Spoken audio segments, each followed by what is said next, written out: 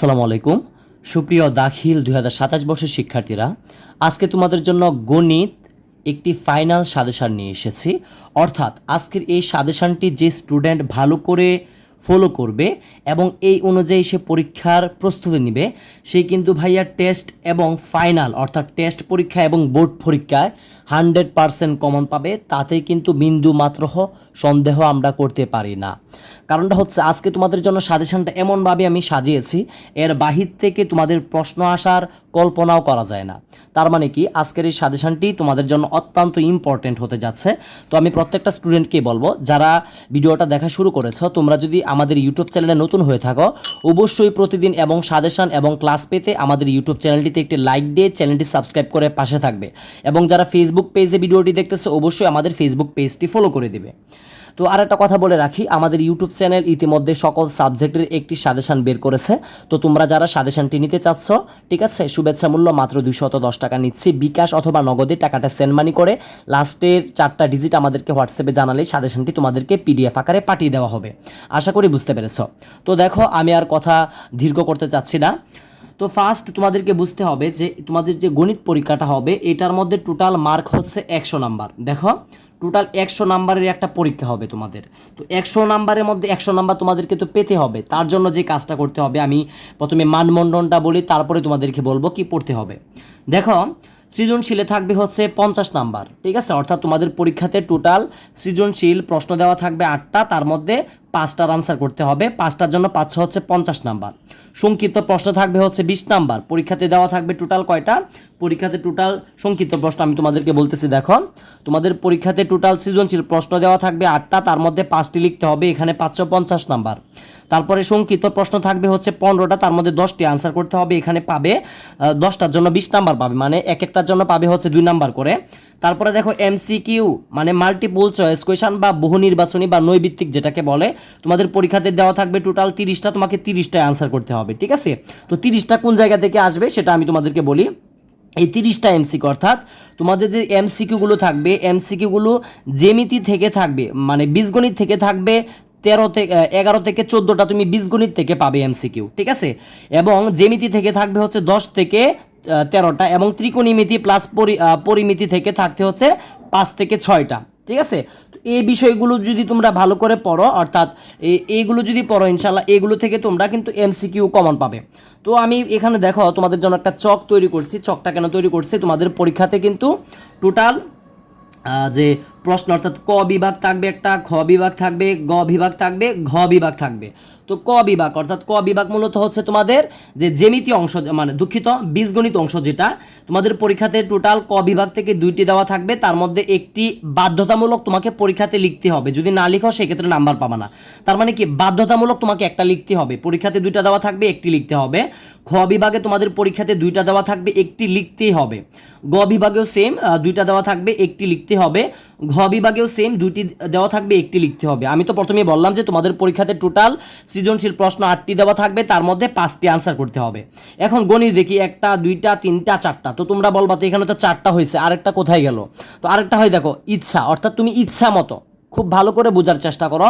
তুমি ইচ্ছা মতো এই যে 4টা বিভাগ রয়েছে, প্রত্যেকটা তো 2টা করে আছে, তো তুমি প্রত্যেকটাতে ন্যূনতম একটা করে দিবা। দেওয়ার পরে তোমার যেখান থেকে ইচ্ছা, তুমি যেটা পারবা সেটা তুমি লিখে দেবা, আর একটা সৃজনশীল। তার মানে কি 5টা হয়ে যাচ্ছে, 1 2 3 4 5টা হয়ে যাচ্ছে। তো তোমাদেরকে আমি সাজেস্ট করব যে 2টা সৃজনশীল আনসার করবা হচ্ছে পরিসংখ্যান থেকে, অবশ্যই অবশ্যই পরিসংখ্যান থেকে আনসার করবা। তো এটা নিয়ে আমি আবারও শেষে আলোচনা করতেছি। তো দেখো, আমি এখন তোমাদেরকে সাজেশনটা দিচ্ছি, ডিটেলস তোমরা খুব মনোযোগ সহকারে দেখার চেষ্টা করবে। যে দেখো, আমি তোমাদেরকে একদম মানে যাতে তোমরা বুঝতে কোনো অসুবিধা না হয়, তোমাদেরকে একদম বুঝিয়ে দিচ্ছি, তোমরা খুব মনোযোগ সহকারে বোঝার চেষ্টা করবে। দেখো, তোমার যে ক বিভাগ রয়েছে, আমি যে বিষয়টা একটু আগে তোমাদেরকে বলতেছিলাম, ক বিভাগ বীজগণিত অংশ, অর্থাৎ বীজগণিত অংশ থেকে আমি তোমাদেরকে সাজেস্ট করব, মাত্র যদি তুমি এই 2টা বিষয় মানে পড়ো, তাহলে আশাবাদী যে বীজগণিত থেকে তোমরা কমন পাবা। যেমন ফার্স্ট আমি তোমাদেরকে বলবো সেট ও ফাংশন।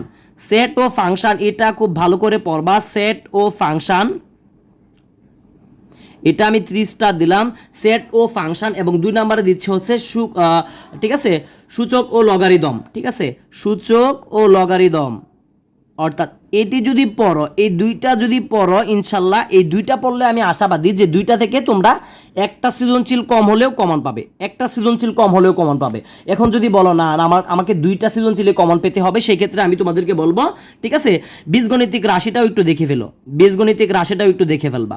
অর্থাৎ মূল কথা হচ্ছে যে তোমরা যদি সেট, ফাংশন এবং সূচক ও লগারিদম এই দুইটা অধ্যায় ভালো করে পড়ো, সেট অর্থাৎ তোমাদের এখানে দেখো যে বইটা আছে তোমাদের যে মেইন বইটা, এই মেইন বইটা খুলবা, খোলার পরে দেখো আমি তোমাদেরকে দেখাচ্ছি, এই দেখো, এই যে দেখো তোমাদের দেখো এই যে সেট ও ফাংশন, মানে বীজগণিতের জন্য সেট ও ফাংশনটা খুব ভালো করে পড়বা, এবং পড়বা হচ্ছে সূচক ও লগারিদম। এই যে আমি যে বিষয়টা বলছি এখানে কিন্তু নাম্বার দেওয়া আছে, অধ্যায়গুলো নাম্বার দেওয়া আছে, যে এখানে দিয়ে রাখছি তোমাদের সুবিধার্থে যাতে তোমরা বুঝতে সুবিধা হয়।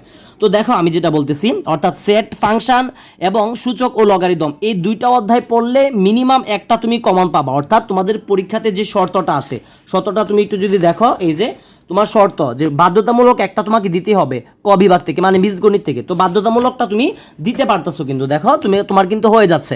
তো তুমি যদি বলো না আমাকে দুইটাই কমন পেতে হবে, সেক্ষেত্রে আমি বলবো বীজগাণিতিক রাশিটা দেখবা, তাহলে ইনশাল্লাহ আশাবাদী যে এখান থেকে কিন্তু একটা তো কমন পাচ্ছই, দুইটাও কমন পেয়ে যেতে পারো। তার মানে কি আমার তো অতটা শিখতে লাগতেছে না, ঠিক আছে, আমার এত শেখার প্রয়োজন নাই। তার মানে আমি শিখবো হচ্ছে 2 নাম্বার অধ্যায় শিখবো এবং 4 নাম্বার অধ্যায় শিখবো।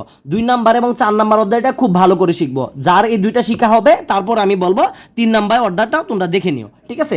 আশা করি যে বীজগাণিতিক থেকে এগুলো পড়লেই হবে, এবং বাকিগুলো যেগুলো দেখতেছো এগুলো থেকে তোমরা একটু ধারণা রাখবা, কারণ হচ্ছে এমসিকিউ এর জন্য কিন্তু অত্যন্ত ইম্পর্ট্যান্ট। কারণ আমরা জানি যে তোমাদের কিন্তু যে মানে বীজগণিত থেকে কিন্তু 11 থেকে 14টা এমসিকিউ শুধু বীজগণিত থেকে আসে, মানে নৈবিত্তিক আসে। তার মানে কি এই যে 13টা অধ্যায়, এই অধ্যায় থেকে নৈবিত্তিক জানার চেষ্টা করবা, ঠিক আছে, যাতে তোমরা পরীক্ষাতে আনসার করতে পারো।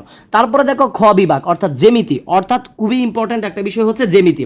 তো জ্যামিতি থেকে তোমাদেরকে আমি সাজেস্ট করব যাতে তোমরা জ্যামিতি দুইটাই কমন পাও, যাতে দুইটাই কমন পাও, কারণ পরীক্ষাতে জ্যামিতি থেকে দেওয়া থাকবে হচ্ছে দুইটা, তুমি যাতে দুইটাই কমন পাও সেটার জন্য আমি তোমাকে বলবো এই যে এটা ব্যবহারিক জ্যামিতি, ব্যবহারিক জ্যামিতিটা খুব ভালো করে পড়বা, ব্যবহারিক জ্যামিতিটা খুব ভালো করে পড়বা, এবং পড়বা হচ্ছে তোমার 8 নাম্বার বৃত্তটাও ভালো করে পড়বা। তো এই যে দেখো আমি তোমাদেরকে বলতেছি, অর্থাৎ ব্যবহারিক জ্যামিতি এবং বৃত্ত এই দুইটা পড়লে আশাবাদী যে একটা কমন পাবা, এই দুইটা পড়লে এই 7 নাম্বার এবং 8 নাম্বার যদি পড়ো ইনশাল্লাহ একটা কমন পাবা, ঠিক আছে। তো তারপরে আমি বলবো তোমরা যারা এই দুইটা পড়া হবে 7 নাম্বার এবং 8 নাম্বার অধ্যায় যারা ভালো করে পড়বা জ্যামিতি থেকে, তোমার যদি এই দুইটা কমপ্লিট হয়ে যায় সেই ক্ষেত্রে আমি তোমাকে বলবো একটু 15 নাম্বারটাও দেখে ফেলবা, তাহলে ভালো হয়, ঠিক আছে।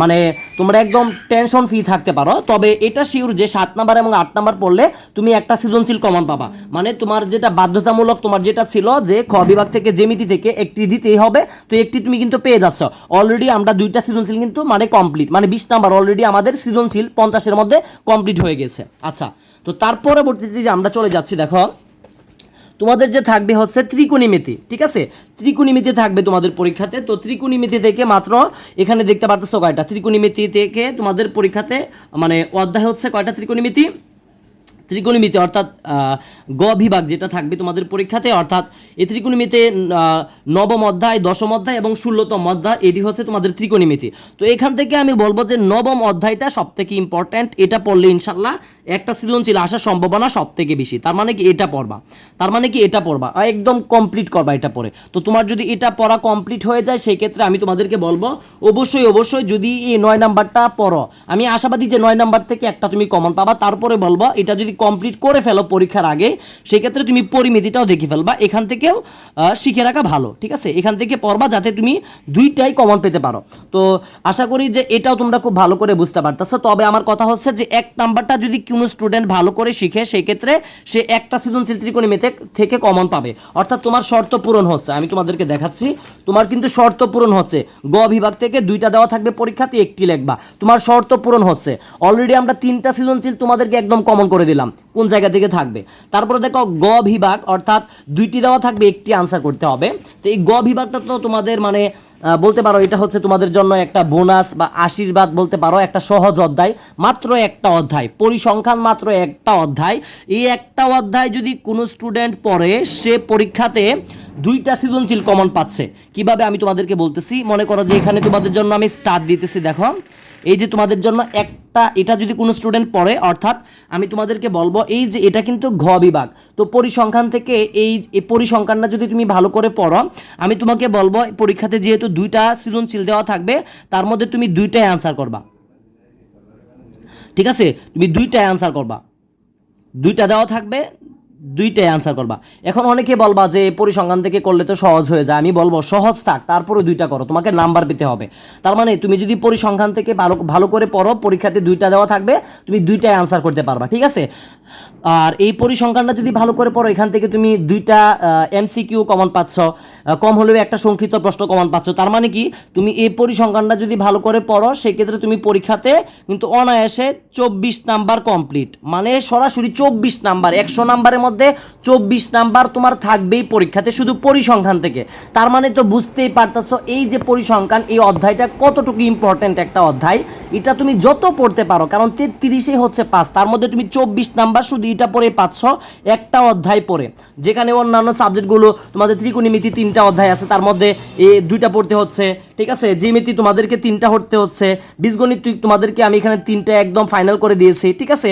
তো এই সবগুলো কিন্তু অধ্যায় একটু বেশি, দেখো বীজগণিত থেকে কতগুলো অধ্যায়, জ্যামিতি থেকে কতগুলো অধ্যায়, ঠিক আছে? ত্রিকোণমিতি কতগুলো অধ্যায়, পরিসংখ্যান মাত্র একটা অধ্যায় পড়লে তোমার পরীক্ষাতে এমসিকিউ সংক্ষিপ্ত প্রশ্ন, পাশাপাশি সৃজনশীল, কিন্তু সৃজনশীল 2টাতে হচ্ছে 20 নাম্বার, সংক্ষিপ্ত প্রশ্ন একটা যদি কমন থাকে, সেক্ষেত্রে তুমি 5 হচ্ছে কত নাম্বার, 22 নাম্বার, এমসিকিউ 2টা কমন থাকলে হবে 24 নাম্বার, বিশাল একটা নাম্বার পাচ্ছ। তো আমি আশাবাদী যে তুমি আমার কথাগুলো খুব ভালো করে বুঝতে পারতেছো, তোমরা যারা ক্লাসটি করেছো, মানে সাজেশন ক্লাসটি যারা এইমাত্র দেখলা, তো আমি আশাবাদী যে যারা আজকে আমার এই সাজেশনের পথ অনুযায়ী যারা এখন থেকে পরীক্ষার একটা প্রিপারেশন নেবে, সে 100% পরীক্ষাতে কমন পাবে। তো আমি আর কথা বাড়াতে চাচ্ছি না, আজকের মতো বিদায় নিচ্ছি। সকলে ভালো থাকবে, সুস্থ থাকবে। আসসালামু আলাইকুম ওয়া রাহমাতুল্লাহি ওয়া বারাকাতুহু।